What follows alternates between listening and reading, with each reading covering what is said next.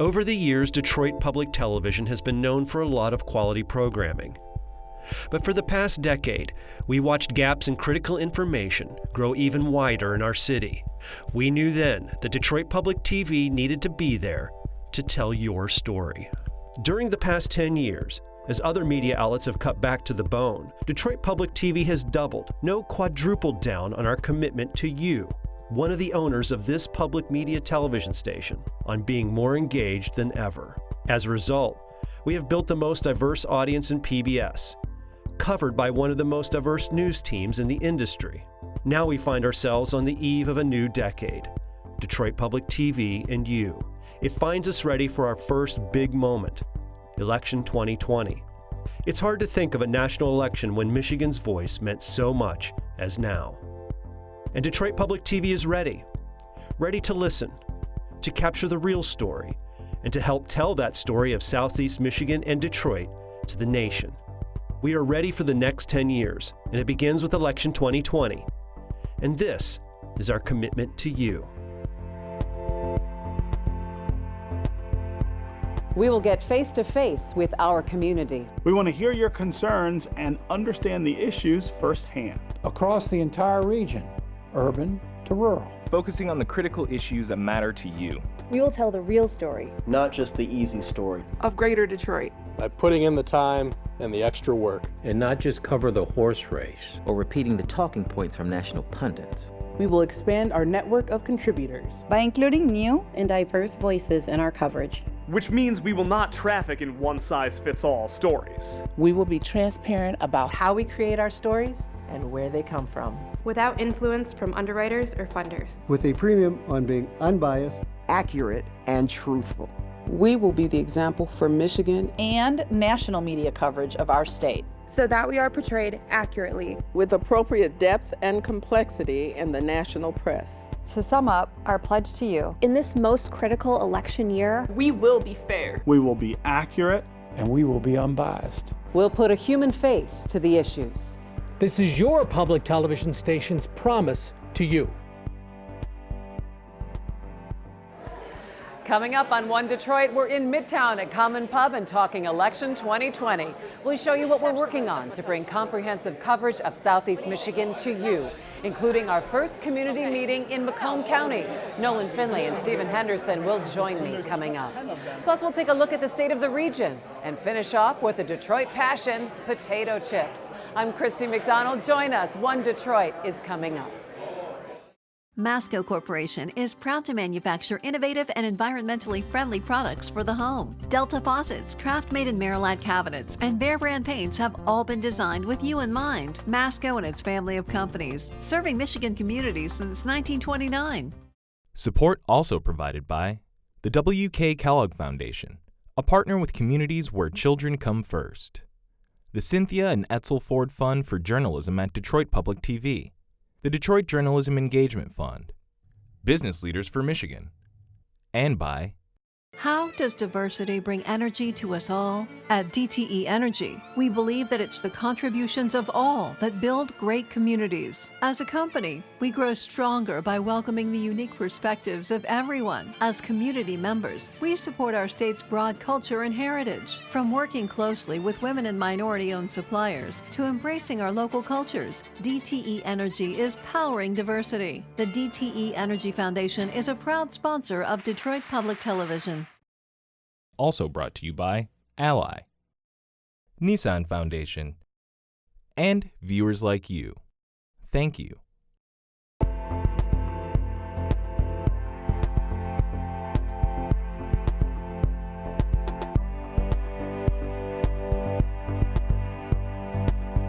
Hi there and welcome to One Detroit. I'm Christy McDonald. We're in Midtown at a pretty busy Common Pub, and we are heading full speed toward the end of the year. As of this week, it's just 3 months away from Michigan's presidential primary. So it's a good time to tell you about our new Election 2020 initiative with Detroit Public Television.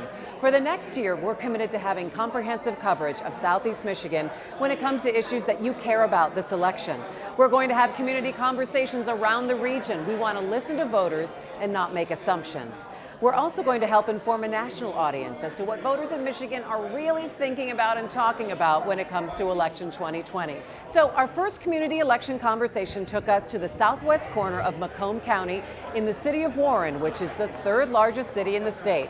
Macomb County is pretty interesting. Voters elected Barack Obama twice, but then went for President Trump in 2016. It's historically home of the Reagan Democrats, but there is so much more to this county. We went to the Dovetail Coffee Shop, which is a place where a lot of community gatherings and political conversations happen. And we put out the invitation for people to come to the Dovetail, and the League of Women Voters also put out an invitation for people to join us. So keep that in mind when you listen to the conversation. For over an hour, myself, Nolan Finley from the Detroit News, and Jerome Vaughn from WDET Radio asked questions and moderated the conversation. And while this one room by no means shows what Macomb County is all about, it was a very interesting start.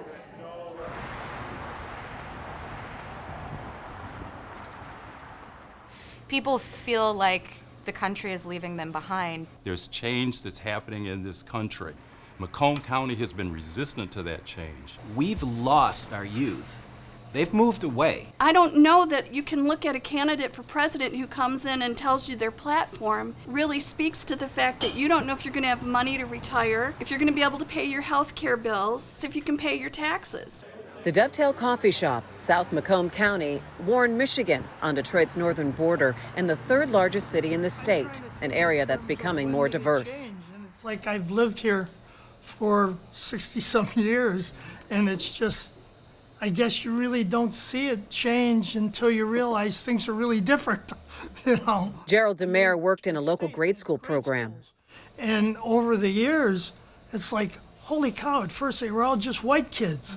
And now you got kids of every background and every ethnic thing in the schools. So there's a big change right there, you know. We had an open call for our One Detroit gathering led by Nolan Finley, WDET's Jerome Vaughn, and me. Who turned out? Most here lean Democratic. What are the perceptions of Macomb County? What do you think? Yeah. Blue collar. Okay. What else? What else are people saying? Yeah. Socially conservative. Socially conservative. Okay. In Macomb, M59 Hull Road separates the south and north, a clear distinction to the people here. When you get north of Hull Road, it is much more solidly Republican than the south part of the county. So we kind of, I think one of the things people look at is there is a divide. A divide that's grown as ex-burbs boomed up north in the 40 years since Reagan first won this county, then known for its Reagan Democrats, people who split their tickets, keeping their local Democratic favorites in office. I think Reagan Democrats have become Trump Republicans. At this point, they have fully switched over to the Republican Party. But what we've seen is that even in local elections? I think so. I think that's why you saw in 2016 some of these seats flip, right? We had a treasurer candidate who won who didn't campaign. In Mount Clemens, Macomb County Treasurer Lawrence Ralka and now deposed Macomb County Clerk Karen Spranger replaced Democrats as Donald Trump took over in Washington. Local Democratic Party leader Jeremy Fisher sees the once Reagan Democrats as full GOP now. They flipped. They're Trump Republicans. They voted straight Republican, and that's why we lost those seats to people that didn't campaign. Traditionally Democratic, overwhelmingly white, blue-collar, but... The media fascination returns next year because this county that helped elect Obama 2 times before flipping for Trump. Does that bother you, getting all that attention from the national media, A? And B, do you feel like they're getting it right? It doesn't bother me. I think scrutiny is usually a good thing. But what does bother me is that they seem to place an undue importance on what goes on here, as if there's some magical answer that's going to happen here in Macomb County. These media outlets come and interview like 3 white people in a diner, and they think that that encapsulates the entire county, and that's not the case. I would say like 50-50 we voted for Trump, but because of our county's history, right, like Reagan Democrats in 1980, we've been sort of wishy-washy, and a lot of that has to do with like economic inequality getting worse and people feeling like they need a change either way. We heard about healthcare costs, student loan debt, taxes, and of course the economy. Macomb, still known for auto production. The GM Tech Center is still here, although the GM's transmission plant shut down. And while recent government statistics showed a more than 9,000 gain in production jobs countywide, a bump that leads the nation, Warren resident Lori Arts said it's still not good in the South End, citing eviction statistics among the highest in the nation. Who is it that you think is responsible for that, for things being worse than 10 years ago? Who do you hold responsible? All of our elected officials, starting at mayor. Our county executive just 2 years ago killed rapid transit in Macomb County. It's all bad. Our roads are a mess. Our county commission does absolutely positively nothing, but every single level of government has failed us. Much talk here about mass transit and a new regional transit plan now in the works. Wayne, Oakland, and Washtenaw counties working together, but Macomb is sitting this one out. As a longtime Macomb resident, I'm very disappointed that we wouldn't be a part of that. It's harder for a region to attract mass employers if we don't have a way for people to get to work. I know in the Amazon bid, that was one of the big feedback that we got, was that we don't even have a regional transit system, so how would they expect workers to come to and from their jobs? Well, of course, because the people that are fine, that can afford automobiles, the insurance that it costs here and everything else, they're good. But what about the person that's trying to travel around the county to get from one job to the second to the third? And my daughter will never drive, and so her choices when she graduates from college and she's going to a college in Detroit is some city that has mass transportation. And it's not going to be around here. When the kids are coming back, they're not moving to Warren, they're going to Ferndale. They're going to Royal Oak because Warren is boring. The decisions that are being made for a generation that may have antiquated thinking versus a generation that may be up and coming. And so that's the generation that's actually going to move the conversation forward. And we don't have those type of dialogue. People in Macomb County feel very left behind. Like we have the GM plant that just closed over at 9 and Mound. We have wages that have been stagnant since the 1970s. And when you have like such a scarcity of resources, it's really easy to stoke fear in the traditional Southern strategy way, where you're pitting working class white people against working class people of color.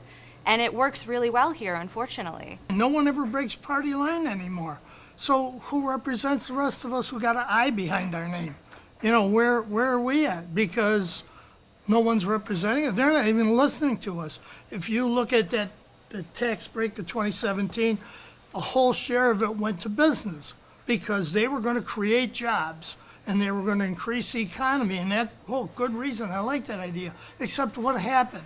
It's not hurting me because I got a lot of shares of stock and the buybacks pushed my values up, you know, but the bottom line is that's me.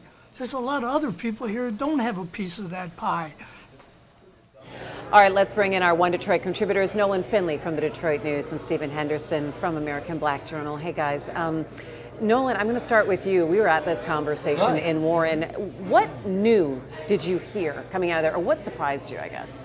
Well, I guess I was surprised by the way the folks there observed or viewed where we are as a nation in terms of our economy and our progress and our growth. I mean, it was a very pessimistic mood in that room, even though they live in Macomb County, which has bounced back in terms of their housing market, their job market, personal incomes are growing. People don't feel it, or at least they don't recognize it. And that's a lot of the concern that we've been talking about for a while, that even though it seems when people talk about the stock market doing well, and we even heard one gentleman talking, well, I got some good returns there, but the mood was very different. And so, Stephen, what do you think that is going to translate to in these next couple of months here and going into 2020? Well, I mean, I'm not sure that this is going to be an election about economic anxiety. I'm not certain that that's going to define next year's campaign, but I do think that it's true that in places like Macomb County, especially in the southern part of Macomb County, what people are experiencing is not joblessness, but it's wage suppression. It's that they can't keep up with the increasing costs and demands of sending kids to college and the things that get you ahead with the salaries that they're making. There are also people who tend to work more than one job just to make their lives possible. And so that kind of economic anxiety has been with us for a while, especially in Michigan. Governor Snyder talked about that, and when he was running for his second term, that not enough people were feeling the effects of the things that he did to expand the economy. I think that's still with us. And that's what makes Macomb County so interesting, Nolan, because you talk about when we were in the southern end of the county, and which could be a very different story Sure.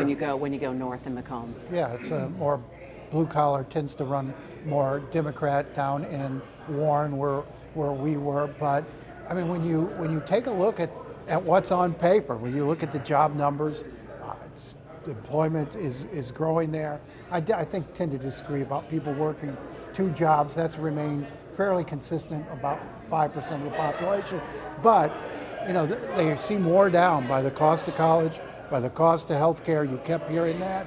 They're angry as hell about the roads, and you would expect that. We drove out there, and the roads are terrible. And Mark Hackel keeps talking about how terrible the roads are. But you know, these are people who continue to vote for change, and nothing much changes in their mind for the better. I mean, they make radically different choices in election cycles, but their motivation is always the same.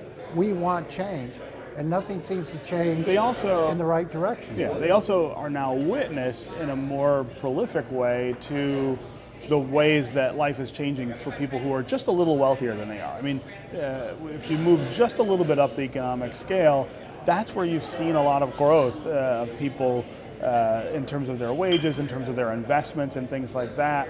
And the folks who are stuck in these sort of blue-collar jobs where wages are not going up, where security is less stable than it used to be, they live very close to those folks. They see this on television and on social media, and it becomes frustrating. It becomes this question of, when am I going to get my chance to move ahead? Right, so we're going to be covering, obviously, Michigan over this next year in our Election 2020 initiative, and we'll spend more time in Macomb County and also in Oakland County and Wayne County, have a lot more of these community conversations.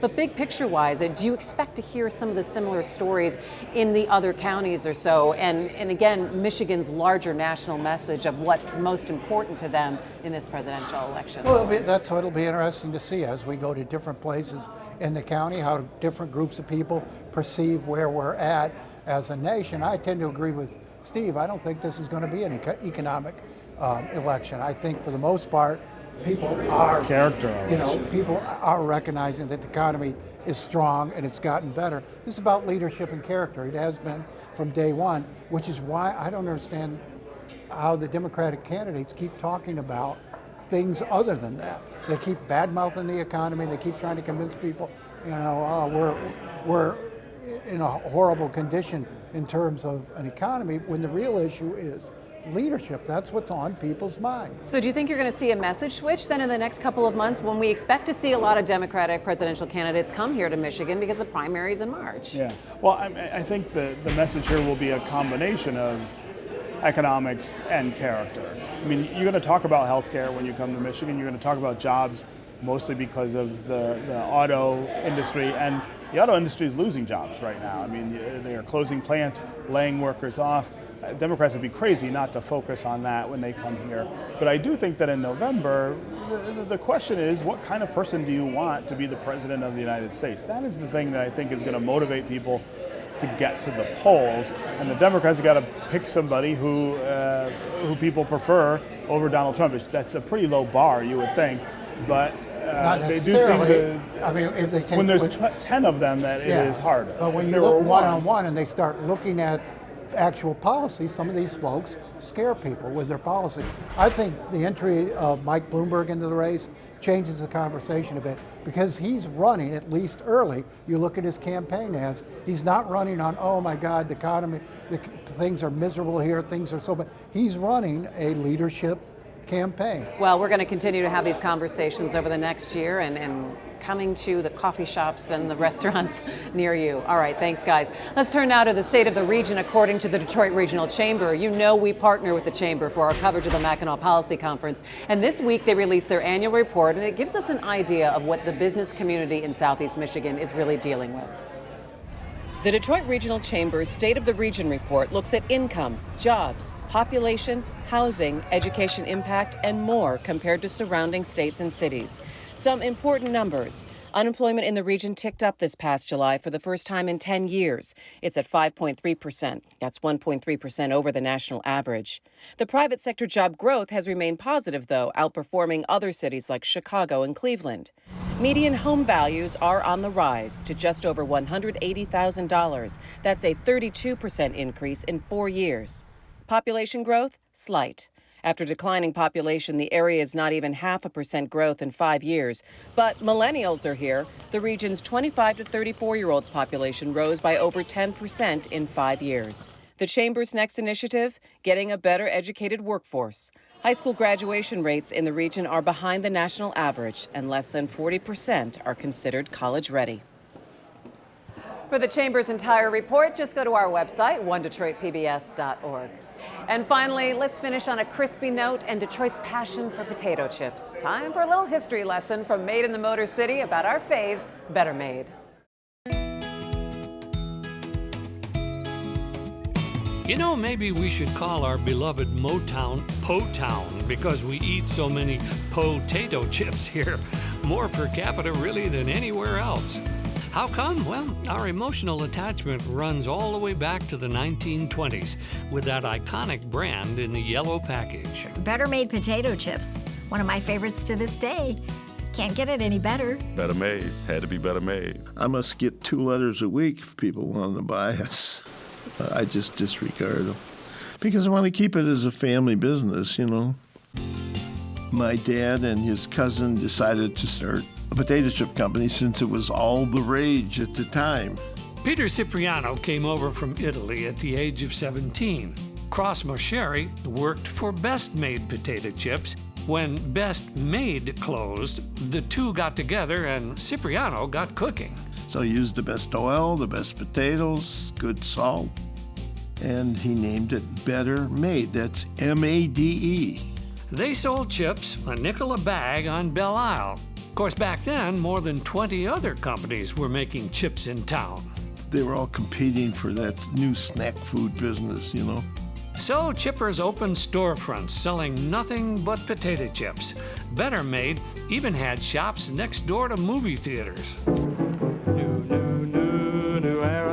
In post-war Detroit, New Era potato chips grew into a regional brand with factories in Detroit, Chicago, and Worcester, Ohio. New Era was probably our stiffest competition. Frito actually bought New Era back in the 1950s, and then after Frito merged with Lay, New Era, well, it sort of just faded away. Sal Cipriano's collection of chip canisters are a daily reminder of all the fallen brands. Vita Boy was here. There was Crunchy and Wolverine, even Twin Pines. The dairy company made potato chips for a while. Superior stuck around until the 1980s. Better Made still making chips on Gratiot right across the street from where many of Detroit's first Italian families lived. And that'll do it for One Detroit. Thanks so much to Common Pub for having us here as always. And check out onedetroitpbs.org for all things election 2020 and for our in-depth reports. We will be back next week with an all-new One Detroit. I'm Christy McDonald. We'll see you then. Show your support for local independent journalism on Detroit Public TV by joining us as a sustainer at dptv.org/onedetroit.